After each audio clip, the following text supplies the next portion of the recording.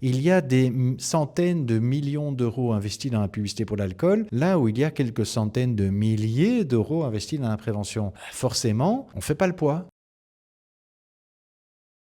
Alors la tournée minérale, c'est né en 2017 à l'impulsion de la Fondation contre le cancer. Et au départ, c'est une réplique en fait du projet Dry January, qui lui est né en 2013 en Angleterre. Donc le deuxième pays à avoir embrayé, c'est la Belgique en 2017. Et à l'époque, la Fondation a choisi le mois de février, tout simplement parce qu'en janvier, il y avait encore cette tradition qui est encore un peu présente, mais beaucoup moins aujourd'hui, dans les entreprises de faire un pot de bonne année au mois de janvier. Et donc ils se sont dit, on va faire février plutôt qu'en janvier. Se passer d'alcool pendant un mois, quel est l'intérêt? Simplement derrière, on va mieux choisir et les moments et les quantités. Et ça permet simplement de faire le point, de vérifier, tiens, dans telle ou telle situation, je peux facilement m'en passer. Et par contre, dans telle ou telle autre situation, c'est plus compliqué. Je dois un peu lutter contre moi-même, voire même je craque. Et donc, je peux identifier les situations à risque ou non. Et c'est ça tout l'intérêt de faire une pause d'un mois.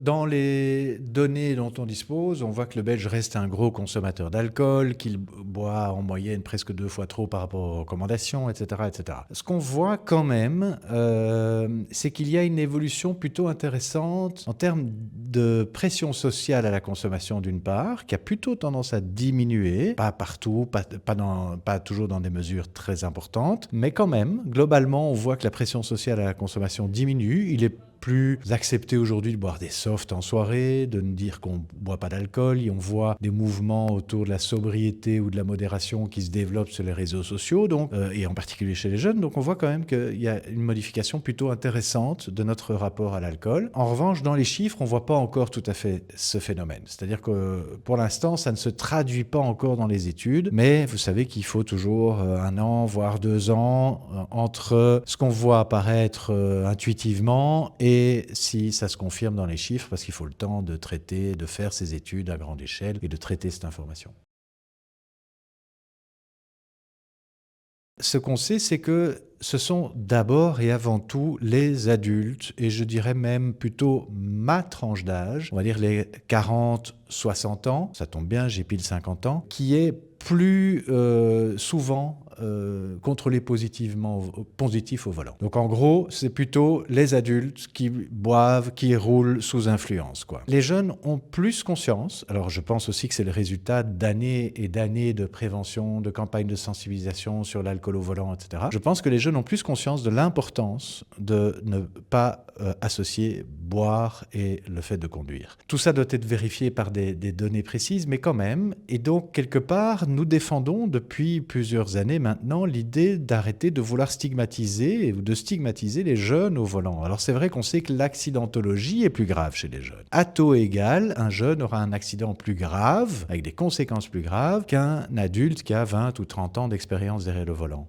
Peut-être aussi parce que la vitesse est en cause, peut-être parce qu'il y a des polyconsommations, etc. On sait que d'un côté, les jeunes roulent moins souvent sous influence, mais lorsqu'ils ont un accident, l'accident est souvent plus grave. Nous, ce que nous demandons simplement, c'est qu'il n'y ait pas de différence de traitement entre les jeunes et les adultes. Il faut, en gros, simplifier le message et il faut simplement dire qu'on ne roule pas sous influence. Après, on parle du volant, mais il y a aussi plein d'autres moyens de transport. Et là, je pense peut-être qu'il y a un vrai travail d'information et de sensibilisation à faire, notamment en milieu plus urbain et en lien avec les trottinettes, les vélos et autres, où l'accidentologie reste importante, voire explose, et sous influence aussi. Donc, il y a encore du travail de sensibilisation. On a pu mesurer qu'à 0,5 g d'alcool par litre de sang, c'est la limite légale pour conduire, pour rappel, et donc en gros, ça correspond à 2 unités d'alcool consommées. Nos réflexes sont divisés plutôt le temps de réflexe est multiplié par 2 à 3 fois. Donc c'est-à-dire que je vais mettre 2 à 3 fois plus de temps à lever le pied de l'accélérateur et à le poser sur le frein si je suis face à un obstacle, à un danger. Même si on a l'impression d'être sobre, on a l'impression d'être tout à fait en mesure de conduire, eh bien qu'on soit jeune ou moins jeune d'ailleurs, en fait, on a nos réflexes qui sont déjà fondamentalement altérés. C'est lié à un aspect spécifique de l'alcool qui fait que l'alcool, en gros, si je dois schématiser un peu, endort notre cerveau, ralentit notre activité cérébrale. Par l'effet GABAergique de l'alcool, il y a un ralentissement d'activité cérébrale, qu'on le veuille ou non, et même à faible dose. Bah, je pense que c'est bien, en tout cas, d'avoir une législation très claire. Ce qui me semble surtout essentiel, c'est de continuer et de renforcer la sensibilisation et l'information. On sait qu'en fait, c'est ce qui fonctionne le mieux à moyen terme. Donc, à court terme, bah oui, le législateur a tendance à vouloir serrer la vis, à vouloir serrer les règles, etc. Mais en fait, à moyen et long terme, on sait que ce qui fonctionne le mieux, c'est justement de renforcer largement la prévention et la sensibilisation. Or, elle reste sous-financée en Belgique, donc le travail, il est surtout là. C'est l'éducation, ça passe par là d'abord.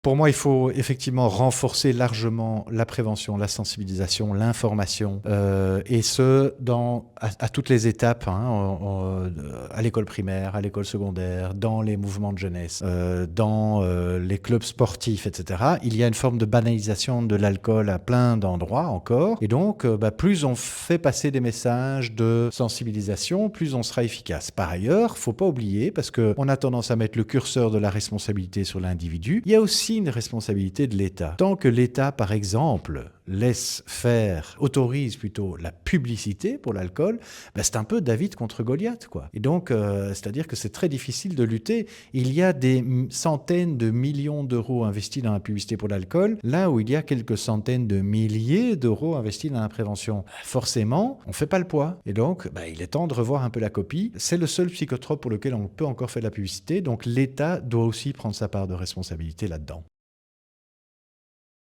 Un rôle essentiel, c'est-à-dire que la prévention par les pairs, c'est ce qui fonctionne le mieux. Moi, je suis un vieux con. Et donc, faire passer des messages en tant que vieux con, c'est beaucoup plus difficile que si on travaille avec des jeunes pour que les jeunes eux-mêmes portent des messages qui soient cohérents, pertinents en termes de santé publique. Donc oui, laissons faire les jeunes pour faire de la prévention. C'est de faire les choix en conscience. Nous, les adultes, souffrons de jeunisme, c'est-à-dire qu'on veut rester jeune le plus longtemps possible, hein, dans sa tête, dans son corps. On met des crèmes de jour, des crèmes de nuit, les hommes s'y mettent aussi, on porte des baskets à 50 ans, enfin bref, vous voyez, on veut rester jeune le plus longtemps possible. Et puis en même temps, les jeunes d'aujourd'hui, ils respectent plus rien, n'ont plus de valeur, etc. Je suis évidemment dans la caricature, mais donc on a ce rapport un peu paradoxal avec la jeunesse. Et avec l'alcool, c'est la même chose. L'alcool, c'est d'abord la fête, la convivialité, le partage, les copains, l'amusement, etc. Puis c'est aussi les accidents de la route, les pathologies chroniques, l'absentéisme au travail, un proche, une proche qui souffre d'alcoolisme ou d'alcoolodépendance et qui impacte la famille. Enfin bref, on a ce rapport aussi paradoxal avec l'alcool. Alors quand nous, les adultes, mettons jeûne et alcool ensemble, on a des problèmes de représentation au carré. Il s'agit de corriger un peu ces représentations, d'être plus nuancé, plus complexe. Alors la nuance et la complexité, c'est pas à la mode, hein, mais pourtant, c'est essentiel de revenir à une forme de nuance et de complexité. C'est prendre le temps d'informer les jeunes sur comment fonctionne l'alcool, comment est-ce qu'on l'absorbe, comment est-ce qu'on l'élimine, quel est l'impact sur le cerveau,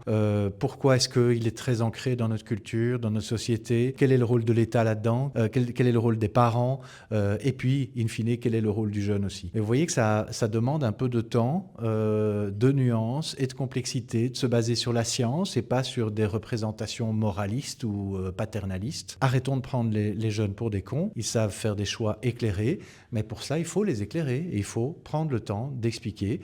Et à partir de là, ils feront leur propre choix.